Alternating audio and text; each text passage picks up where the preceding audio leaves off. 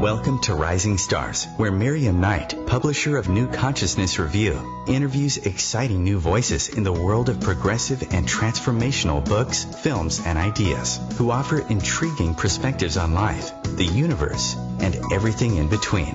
Join us as we celebrate the conscious awakening and explore many expressions of consciousness in action. Hello, everyone, and welcome to New Consciousness Review and the Rising Stars Show. I'm Miriam Knight, and our guest today is Matt Kahn. Matt is an author, spiritual teacher, highly attuned empath, and has become a YouTube sensation as well. Since experiencing a series of rare and spontaneous awakenings that began at the age of 8, he has been instrumental in transforming lives worldwide through his insights and heart-centered teachings. Today we're going to discuss his book, Whatever Arises. Love that. Matt Kahn, welcome. Oh, thanks for having me. It's an honor to be here with you. I was going to say welcome, Matt, but momentarily resisted the impulse. But the welcome, Matt, is certainly out for you, Matt, both because you're a homie from Portland, and also because I found your book most intriguing. You know, I was very moved reading about your childhood, where you were already an empath who could sense the anger and sadness in people. How did that affect you growing up? Well, growing up was really confusing because I would sense people's emotions, but I would interpret it as their feelings towards me. So I would constantly, as a child, walk around, and I think the most popular question I would ask people is, are you mad at me? Because I would tune into the unresolved emotions in their body, whether related to their family or whatever situation was in their life, whether they were aware of it or not. And I always interpreted as this person's lack of acceptance of me. So, and I termed, as an adult, I look back and I termed this phenomenon vibrational codependency, where I spent most of my life trying to cheer people up, thinking that once they can be happy, then I can be let off the hook and I can be happy and comfortable in their presence.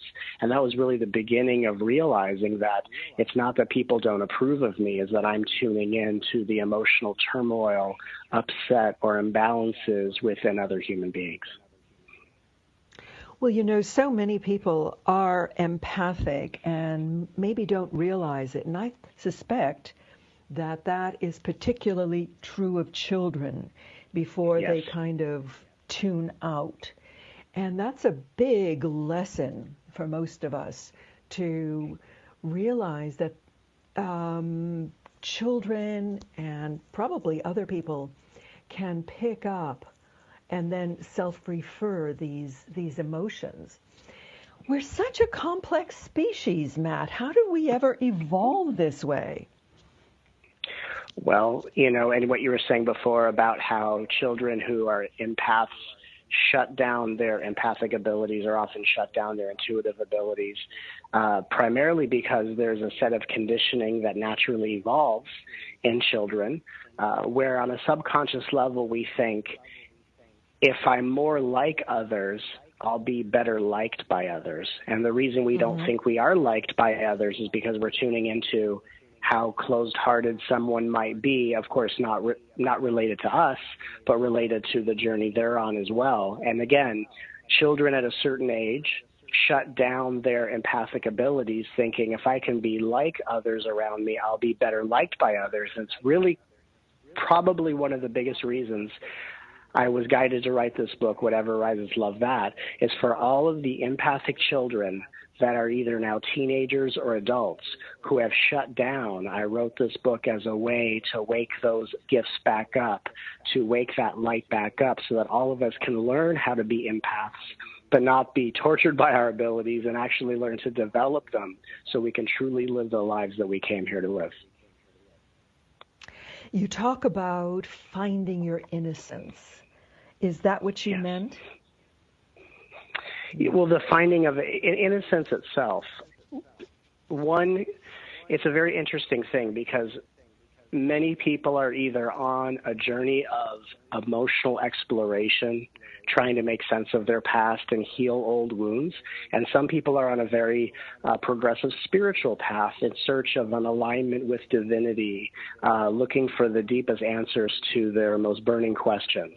And what's interesting is that consciousness itself has two basic qualities. I mean, I'm sure we could talk about more, but the two basic qualities is that consciousness is both all-knowing and all-loving. So someone who is healing from a journey of emotional trauma is learning to reacquaint with the all-loving nature of their consciousness, and someone who's on a spiritual journey is trying to align with the all-knowing aspect of their consciousness, and yet what is all-knowing and all-loving is of the same source. So when we align with consciousness, and the way that I teach it is by loving our hearts more, not less, we reunite with the innocent nature of our consciousness, where the all-loving nature within us allows the body and personality to feel safe, so to activate and awaken the all-knowing, ingenious wisdom that's always within us. So what I've seen to be true in helping so many people heal is that when we can feel safe in our body, when we can learn to be the ones that loves and accepts and honors ourselves the way maybe no one else has, by loving ourselves, that's literally what activates our consciousness to expand to its highest potential. That's really the foundation of it all, learning to love yourself, and that can be the hardest lesson that most of us actually have to learn. How do you actually do that? How do you do that? Well, oftentimes the easiest way, and again, a lot of what I offer seems to be very direct and simple, but at the same time, it really invites us to take a step back from our life and to become aware of the different choices we can make throughout the day. So, for example, how do we know when we are in most need of self-love? And I would say whenever we find ourselves being triggered emotionally, if someone hurts our feelings, we find ourselves projecting judgments onto another, or kind of lost in making a decision of I like or dislike this. Oftentimes, whenever we are finding ourselves most triggered in ego, that's kind of like a signal from our consciousness that says, this is a moment where you need the most amount of support. Because oftentimes when we're in ego, we are demanding and relying on other people to provide us the love that we don't know how to give ourselves.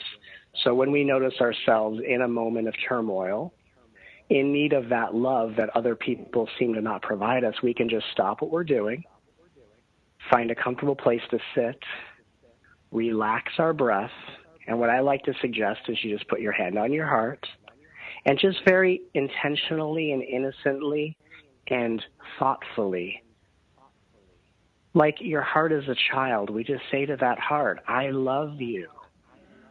And even if the words I love you kind of have a history where people from your past who you thought were there to love you hurt you, you can even ask your heart, what do you need from me right now? And what happens is we begin to treat our hearts like children residing within us, as if we are becoming parents to the child that lives within us, becoming the mother, becoming the parent, the father, becoming the friend, becoming the lover that we've never had. And we're simply taking a moment from our day, from our busy schedule, from any kind of stress, and we're asking our heart, now that you have my attention, how may I serve you? And I think what's really amazing about this is that it creates a very fundamental shift where instead of being spiritual beings waiting to be liberated from our conditions, we are instead becoming the ones that liberate our hearts simply by daring to love ourselves more often. And even if the I love you words don't quite resonate in the beginning, you ask your heart, what are the words you'd like to hear? And you let your heart participate in letting you know what it needs, and then you give it what it needs. And what we find is at that point, we start to heal a lot of these fractures. Our mind and heart start to reunite, and we start to discover a level of wholeness that, although has a lot of spiritual implications, occurs by accessing our highest consciousness through the bridge of an emotional level. So it's through the healing of our emotions and changing the relationship with our body and our feelings that we find our consciousness expanding the most.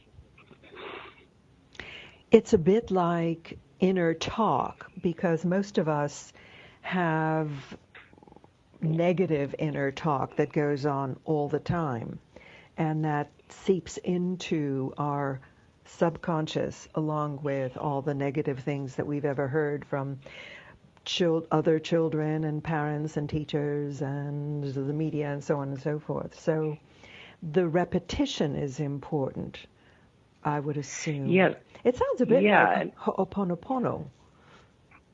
Kind of, except here's what I would say. What if the negative self-talk that anyone can hear inside their head, I would suggest that's the voice of the subconscious. So once you become aware of the inner dialogue within your mind, you're actually conscious of your subconscious mind.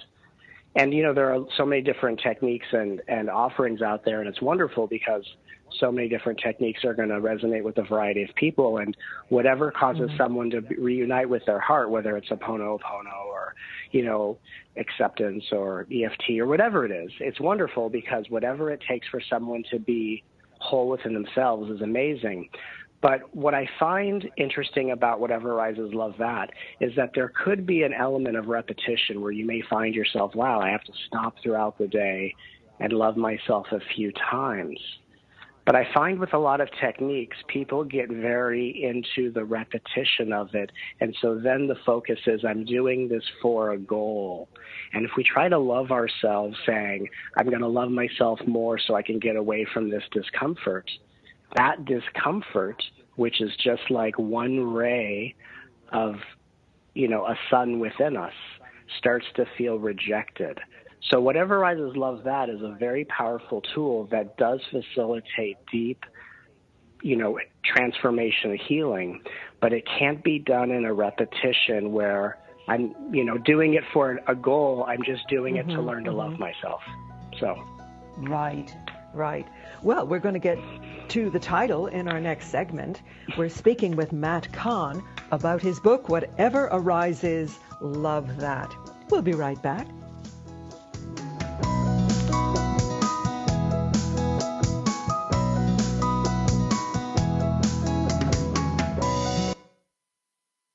Your conscious lifestyle on steroids.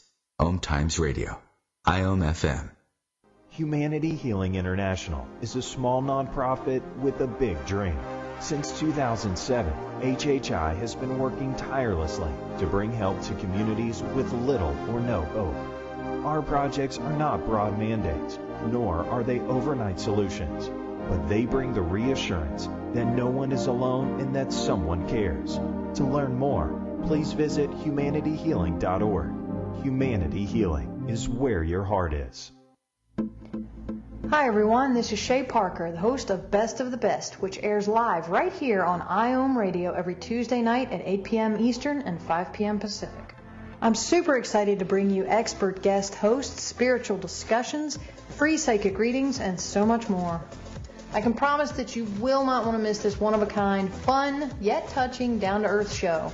Join us every Tuesday night at 8 p.m. Eastern, 9 p.m. Pacific on OTR-FM. This is Shay Parker, and I can't wait to see you there.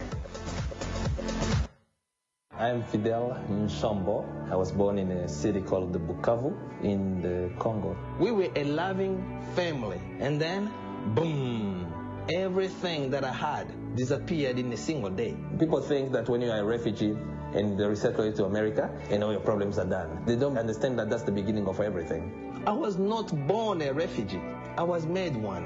It's time we welcome refugee families with open arms. Learn more at embracerefugees.org, brought to you by the Ad Council.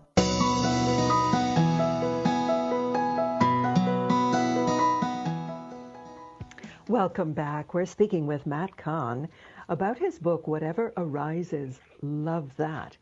Now, that sounds like it would be a challenge for, 99.999% of humanity. How did you come up with this title, and what does it mean, Matt?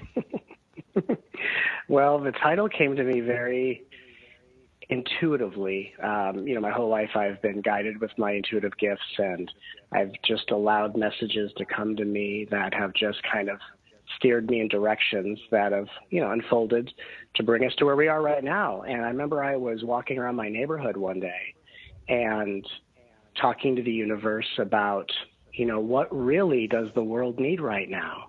And what I was told was 4 words: whatever arises, love that. And in the beginning, I didn't know really what it meant. I could have asked for clarification, but a lot of times I just like to kind of explore on my own. So I walked around my neighborhood, and I saw a bird fly by, and I said, well, that's arising. So I sent an I love you to the bird. I saw a city worker who was using a jackhammer to fix the side of the sidewalk, and that got my attention. So I sent an I love you silently to him. And I just walked around sending I love you to everything outside of me. And then very soon I realized that while one level of it is you can just send blessings of love to whatever comes your way, which is a contribution to uplifting the vibration of humanity, I realized that everything outside of us is really just a setup to however we react and perceive it is just showing us what part in us is next to be loved.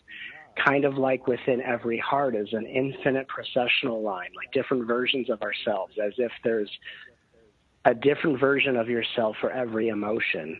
And everything outside of you is only going to occur in a way that brings you to an exact emotional state just for the sake of loving that part. Now, before the break, we were talking about different processes like Ho'oponopono and whatever rises, love that. And what's unique about this offering is that we're not just reserving stopping to love ourselves when there's a moment of upset. I mean, when there's a moment of upset, it certainly is a glaring sign that right now you need more love, not less. But through this process, it's really not just loving the parts that are in peril, because then the innocence within us always needs a problem in order to have our attention. But we're learning to show all parts of ourselves unconditionally loving acceptance, honor, and self-love. And so imagine a love that we can access as spiritual beings, a love that is willing to love, adore, and honor ourselves whether we get what we want or not, to be able to love ourselves through the ups and downs of life, even if loving ourselves doesn't stack the deck in our favor. Could you imagine a love that is simply willing to love just because love is what we are, and just for the honor of being able to exist in a form where we can literally become the objects of our own affection, just to taste the infinite grace of our own eternal being. And so for a lot of beings who hear that, they say, I would like to experience that, which is why I've created this book as almost like a step-by-step roadmap, so that all of us have the ability to truly taste and feel the ecstasy and bliss of our own eternal presence. That sounds like a pretty tall order when we factor in the ego. You have a rather interesting definition of the ego, and yes, its relationship to overstimulation of the nervous system. What did you mean by that? That at a certain point of our conditioning as children, when we take on the belief that says in order to be liked by others, I have to be more like others, we start to empathically match the vibration and conditioning of people around us, whether in our families and our communities, or even just trying to be more like the children we go to school with. And in doing so, our nervous system starts to repattern into a state of overstimulation. And in training and balancing or matching and mirroring the energy of those around us, we start to create this psychological cocoon called ego, where it's almost as if our consciousness at a certain level takes a nap and goes to sleep. And of course, this is very purposeful because one has to cocoon in order to create the time for the butterfly to emerge. And of course, the cocoon falls apart and the butterfly is liberated, which is symbolic of the awakening of our consciousness. But ego is a very pivotal stage of spiritual incubation where we build up the momentum to wake up out of the dream that was created. And the reason we do this is because we are all interconnected as souls, because on a soul level we are all one.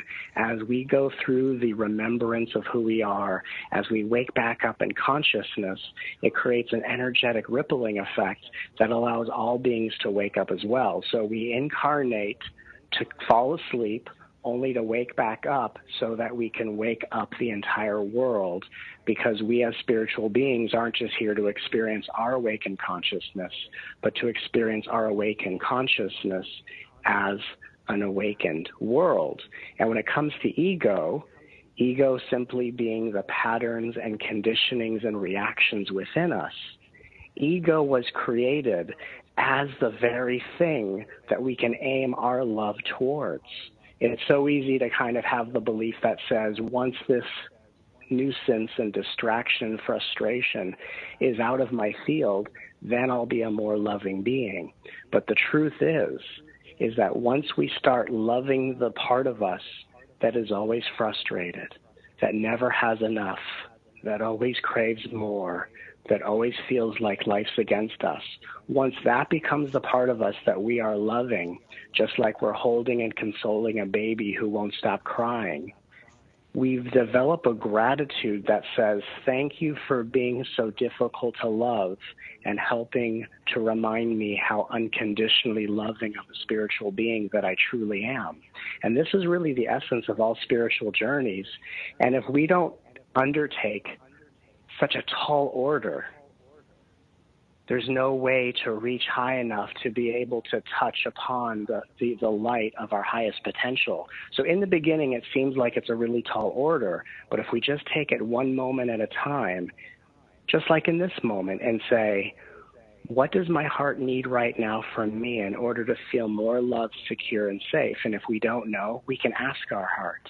And we ask our heart, what do you need right now? And oftentimes, the heart may not say anything, because primarily what the heart wants is just for you to ask it a question, just for you to say, I'm going to give you my attention, I'm going to give you the right to speak, and I'm going to give you the right to choose. And just by asking it what it needs, how may I serve you, just that question is already starting to awaken the love that's always been there.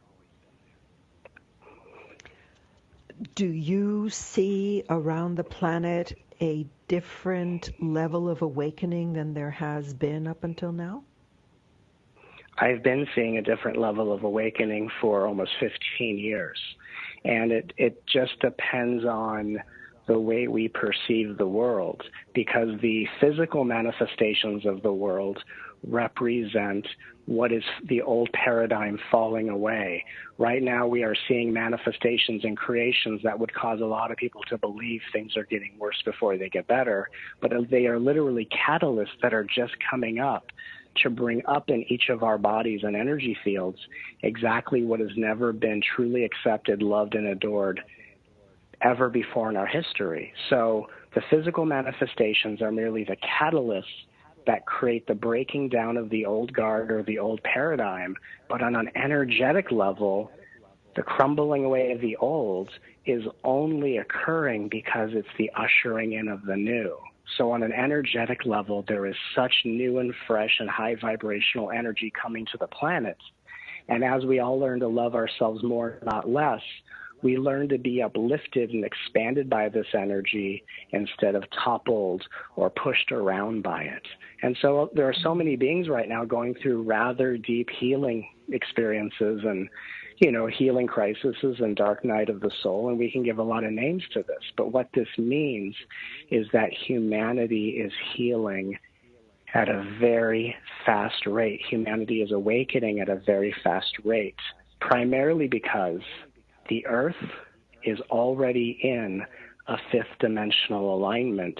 And this period of rapid acceleration is because once a planet aligns in the fifth dimension, now all of the beings inhabiting that planet have to quickly expand and move forward to align with that vibration as well. So that's why we're seeing a lot of tumultuous activity, but it is all for the purpose of evolving each soul to bring each human being into alignment with the fifth dimension that the earth is already embodying and radiating. Well, I would say that part of the necessary precursor to awakening is recognizing either things in our own makeup or things in the world around us that we have been ignoring and cocooning, if you will, to insulate ourselves from them. And you use the analogy of the cocoon breaking apart. I think that's what's happening on a global, even a political sense. The coverings are coming off, and we're actually seeing and dealing with the problems that are inside. And as you say, the solution is whatever arises, love that, however difficult That's right. that might be. Well, and I think I think that the difficulty is just a factor of interpretation. Because when I say whatever arises, love that, that doesn't mean you have to love the circumstances you're in. That doesn't mean you have to love the political climate you're in. That doesn't mean you have to love the history that you've survived. That doesn't mean you have to love whatever role you find yourself playing or whatever cards you've been dealt. Loving what arises does not mean you have to like or love anything. Loving what arises is the recognition of, if I can acknowledge how much pain I feel, how hopeless things seem to be, if I can sense how frustrated I am, how angry I am, how desperate things feel within me, or even a depth of loneliness I don't know how to face. If I can sense whatever degree of suffering occurs in me for whatever reason, the question is, don't I deserve the most amount of love during a moment like this? And if we can answer that with a yes, then the next question is, am I open to learning how to being the one that becomes that love, that gives me that love and nourishment for the well-being of my journey? Mm-hmm. Well, we are going to take another break, and we will be right back with Matt Kahn and his book, Whatever Arises, Love That. We'll be right back.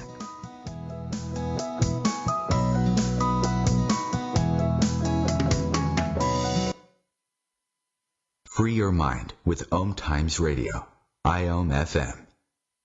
Ascending Hearts is no ordinary dating site, but a spiritual dating site with a purpose, to link you with your soulmate.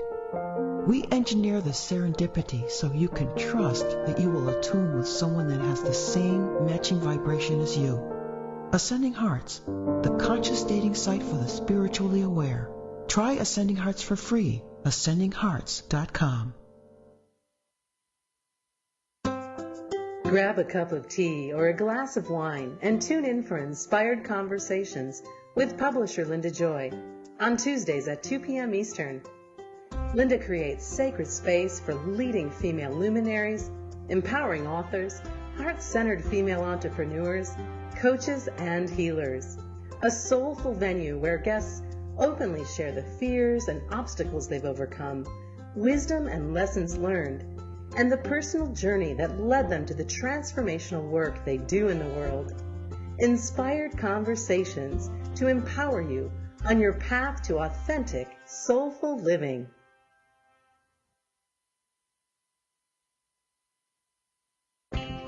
Sparky the Fire Dog here. Make sure your family has a fire escape plan, and they practice it twice a year. One important thing to practice is get low and go. If you see or smell smoke, it's important to get low and go. Protect your family from fire. For more information, visit sparky.org. We want to keep you, your family, and your community safer from fire. This message brought to you by the National Fire Protection Association and your local fire department. Visit sparky.org.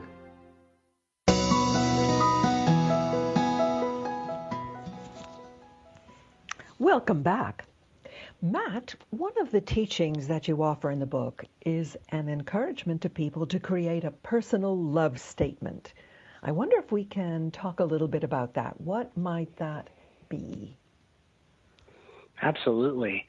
To create your personal love statement, again, and we touched upon this in the earlier segment, is to really open a dialogue with your heart and to really ask your heart, what are the words that you never heard from others that you've always wanted to hear?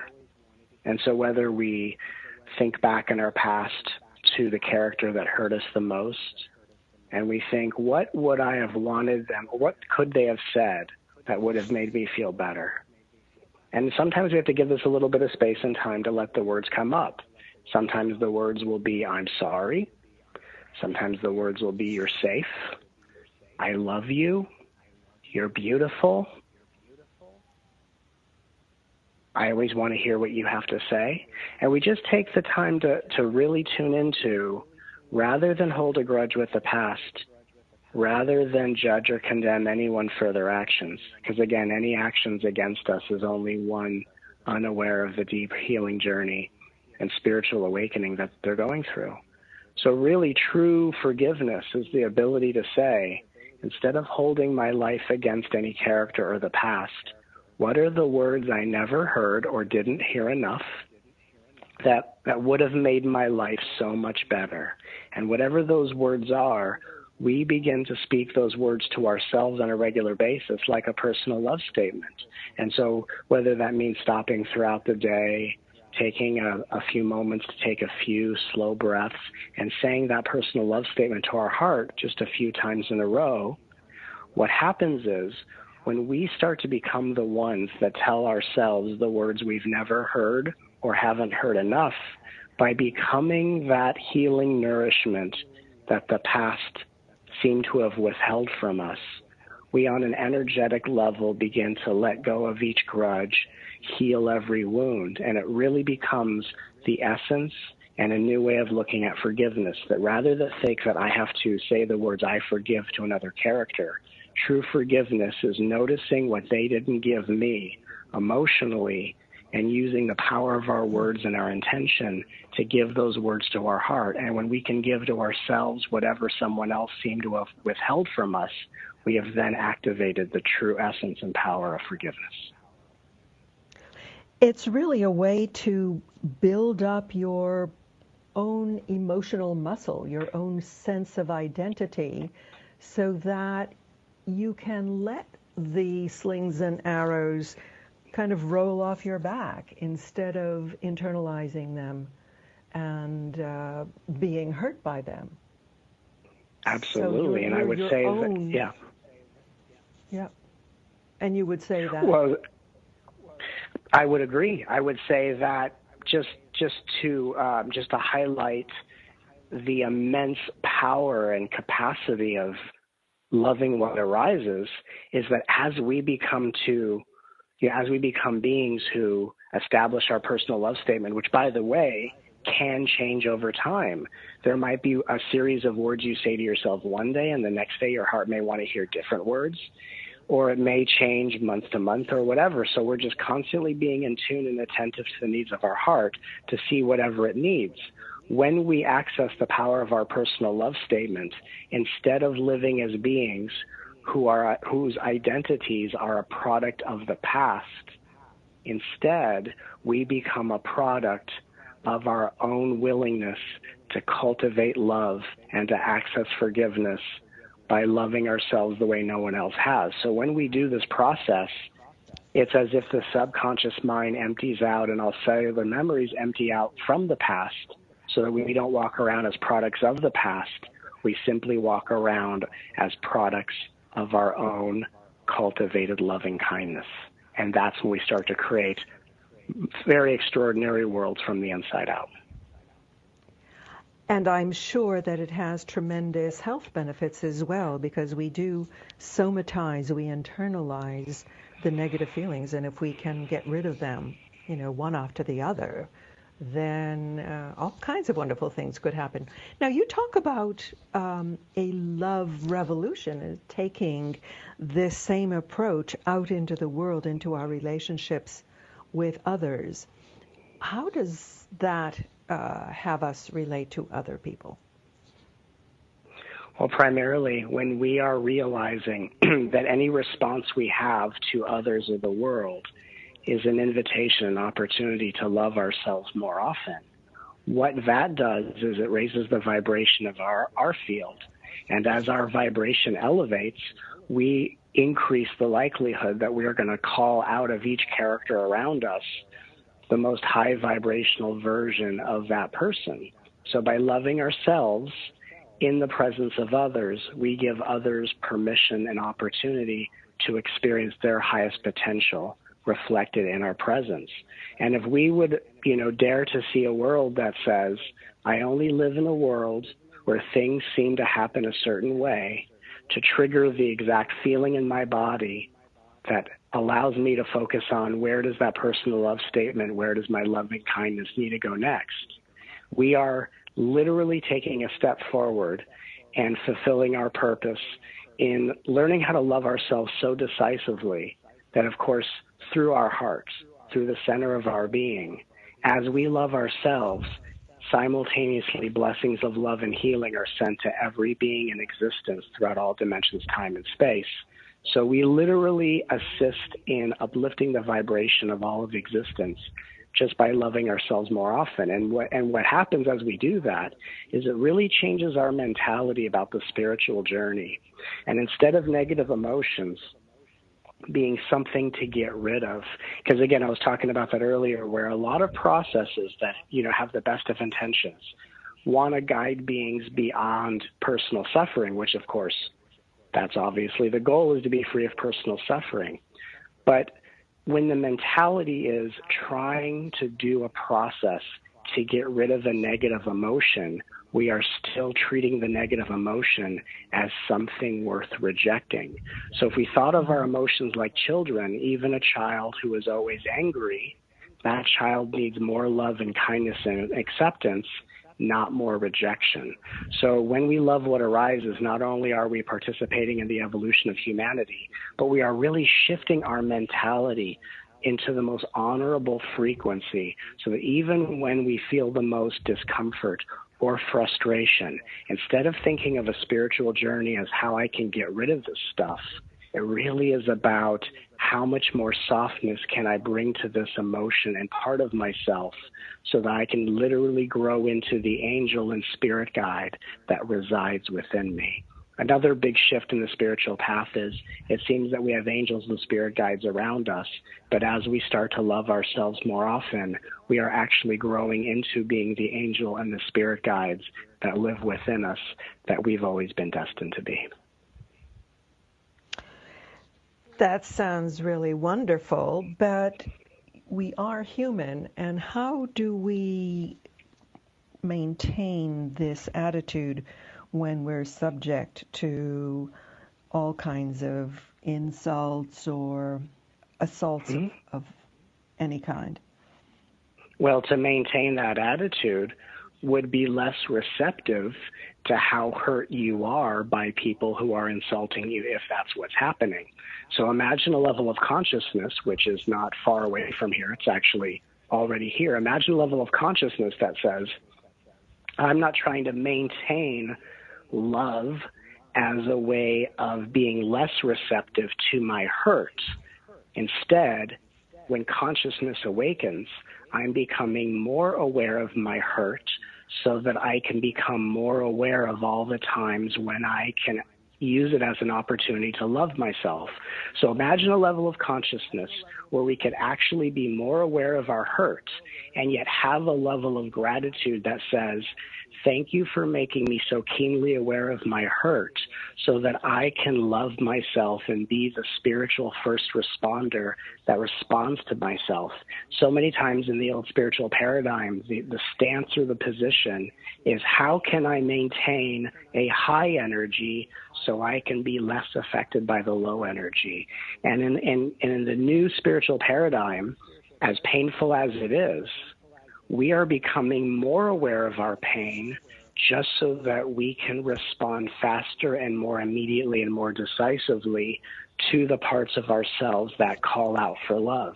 I mean, imagine the divine. If the divine said, I'm going to embody a level of consciousness to where I can be one with the light and not affected by the pain and suffering of beings who have incarnated. Like as if divinity decided its goal is to be beyond all of this, it would be less receptive to all the prayers that humanity is sending out. And of course, divinity does not want to be beyond all of this. That which is beyond all of this is that which is willing to live all of this out and be right here, right now, and to say, even if it's painful, even if I didn't expect it, even if I feel like the way someone treats me, I didn't deserve it. Within me already is a level of gratitude that says, thank you for making me aware of my pain and suffering so that I can learn to respond to that within myself that needs more love. And as we engage loving what arises, we become more grateful for life, no matter how it seems or appears. And instead of trying to maintain a certain energy so not to be affected, we are grateful for how aware we are for the things that may hurt, because that just shows us a child in need that we can pick up like a parent and love it through its evolution. It sounds interestingly challenging. Why do we have to go through all of this in the first place? Why are we here? Because this is spirit guide training.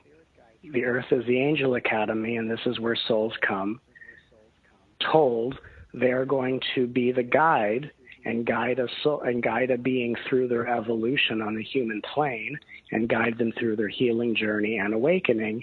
And when we get here, we start to realize, oh, I am not guiding another person through their journey. I am actually living inside the body of the one I am guiding.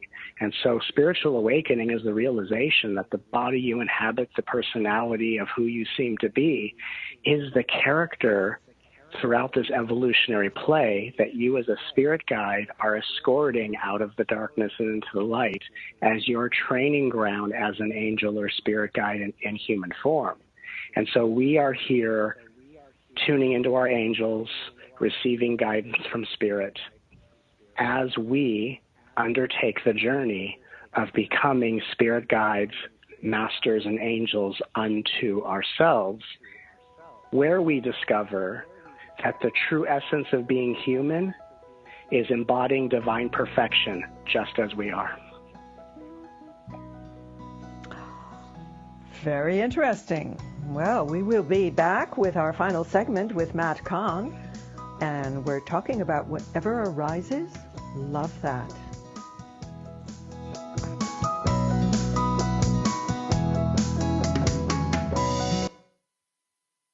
Bringing you the best of the conscious minds in the world.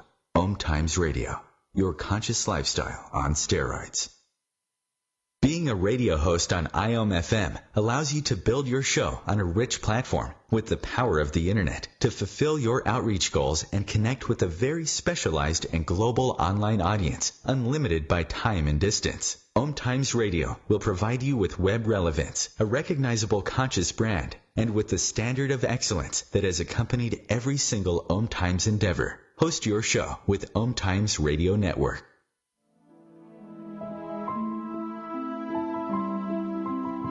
Join me, Maggie Chula, on Mondays at noon Eastern for Mastermind with Maggie. Let's work together in a mastermind. We can resolve life's problems and create goals for the future. Build action steps empowering you to create your life in partnership with your divine source of light, your soul. Manifesting your goals can be simple and easy, so come with your problems and leave with a plan. The Akashic Master Teachers and I are waiting to help you. Today, my new dad threw a barbecue. I burnt everything. And then we played catch. I broke Mr. Lewis's window. And then, somehow, my hand. My hand! And then my dad even let me drive his car. The hospital's on the right! It was a rough day. It was a great day. You don't have to be perfect to be a perfect parent. Thousands of kids in foster care will take you just as you are. For more information on how you can adopt, visit adoptuskids.org. A public service announcement from the U.S. Department of Health and Human Services, Adopt U.S. Kids, and the Ad Council.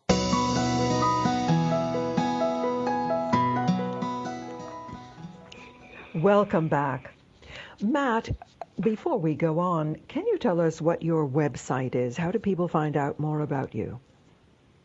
Absolutely. For more information about our live events and to sign up for our free newsletter where you receive a free MP3 activation that we recorded at one of our events, please visit truedivinenature.com.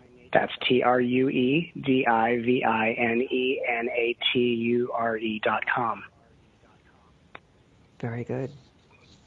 Yeah. So with some of the really desperately heavy events going on around the planet, how can we use your teachings to really make a positive contribution? Well, I think it begins with, it starts from within. We always hear that, but here's the nuts and bolts of how we can go about that. So, we were talking a few minutes ago about loving what arises, and you had said that sounded challenging, and just use as an example, what if the one who thinks something is challenging is literally just the next one in line to be loved? What if the one who has an adverse opinion about the world in view is only having that opinion desperate to get your attention, eager for your loving attention, but is so afraid of asking for love because it fears being rejected that all it knows how to do is just get your attention by appealing to your interest? So what if any adverse opinion we have about the world is just the next one to be, next one in line to be loved? What if the one who is feeling hopeless by the things we see in humanity is the next one in line to be loved? What if the one who thinks that anything is challenging is next in line to be loved? What if the one who is instantly frustrated by challenges is only next in line to be loved? What if the one who doesn't know how to feel love only doesn't feel love because it's next in line to be honored and recognized? And what if the one who doesn't know how to let love in is just next in line to be honored as an equal aspect of our own divinity, even if we recognize it and we put our hand on our heart and we say, I see you, I honor you, whether you let this in or not, I love you. So loving what arises is when we define our contribution into the world, we create a tipping point that accelerates awakening on a global level. And instead of looking for the evidence in the world that this is working, we are simply focused on being the greatest loving parent and companion to our own heart and going about our day, perhaps sending love blessings to the people we pass by in traffic. And anytime we feel anything arise, just like in traffic, we have red lights and green lights. And anytime there's something that arises, it can be like a red light where we momentary pause. And in that pause, we can just put our hand on our heart, whether repeating our personal love statement or just breathing into our heart and saying, I'm here with you. Please tell me what you need. I love you. And by learning to love ourselves with more gentleness, with more softness, by not having the standpoint that I wait for my body and world to change before I bring my highest qualities out to play, we become the ones that are not waiting to be liberated by the conditions of the world, but we become the ones that liberate ourselves to remember the angels we already are and to recognize the perfection within us that exists no matter how flawed or in the flow we seem to be. Whatever arises, love that. And you don't have to like it in order for it to be loved. And the more permission you get to not like something, the easier it is to see, I recognize the one who doesn't like is only next in line to be cherished, honored, and adored as never before. It's a bit like a good parent who may not like what a child does, but they still love the child.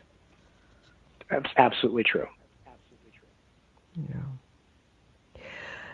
You mentioned in the book that some of our challenges might have been carried on for lifetime after lifetime due to vows, contracts, and so on.